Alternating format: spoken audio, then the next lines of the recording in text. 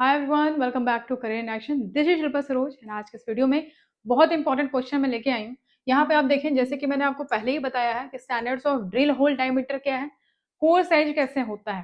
ठीक है, तो कुछ स्टैंडर्ड्स दिए हुए हैं। जैसे कि अगर हम मैं डायमंड ड्रिलिंग की बात करूँ, तो जब आप होल करते हैं, ठीक है, तो जब होल करते हैं तो आपका जो स्टैंडर्ड है, स्टैंडर्ड्स है, यानी कि अगर आप एनएक्स यूज कर रहे हैं तो एनएक्स में जो होल डायमीटर यानी कि जो होल का डायमीटर होगा वो 75 mm का जो है ये आपका होल का डायमीटर होना चाहिए। रॉक का जो कोर है, जो सैंपल है, वो आपको कितना मिलेगा? 54 mm का मिलेगा।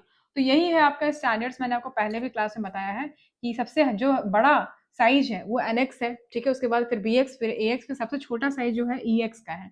हमेशा याद रखना है कि जो आपका होल डायमीटर है वो हमेशा कोर डायमीटर से ज्यादा होगा, ठीक है, क्योंकि जो ये डायमीटर है आपका होल का डायमीटर है, लेकिन जो कितना आप कोर वहां से आप ग्रैब कर रहे हैं वो आपका जो है कितने में आ जाएगा, वो उससे कम होगा, 54 mm, ठीक है।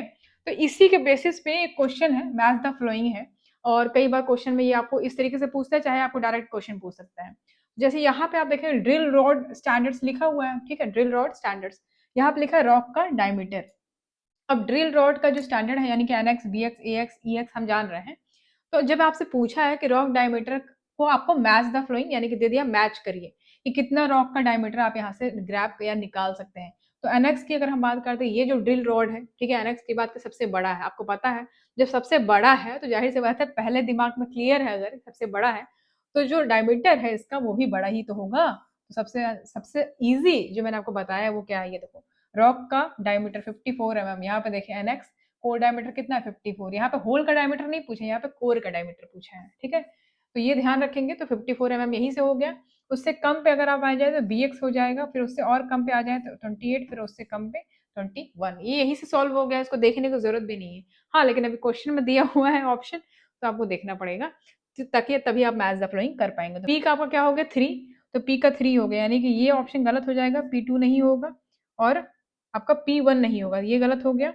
तो आपका P जो है 3 है, यानी कि P3। तो P3 ये भी है। और Q जो है आपका क्या है? Q से 4 गया है, तो Q से 4 गया, यहाँ पे आप देख सकते हैं, ठीक है। तो राइट आंसर आपका ये हो जाएगा, ठीक है। Q का 4, R का 2, उसके बाद S का 1। तो right answer will be B, ठीक है। इस तरीके से जो है आपको सॉल्व करना है। आई होप कि आपको ये वीडियो बहुत ज़्यादा हेल्पफुल होगा। आज के लिए इतना ही। Thank you so much.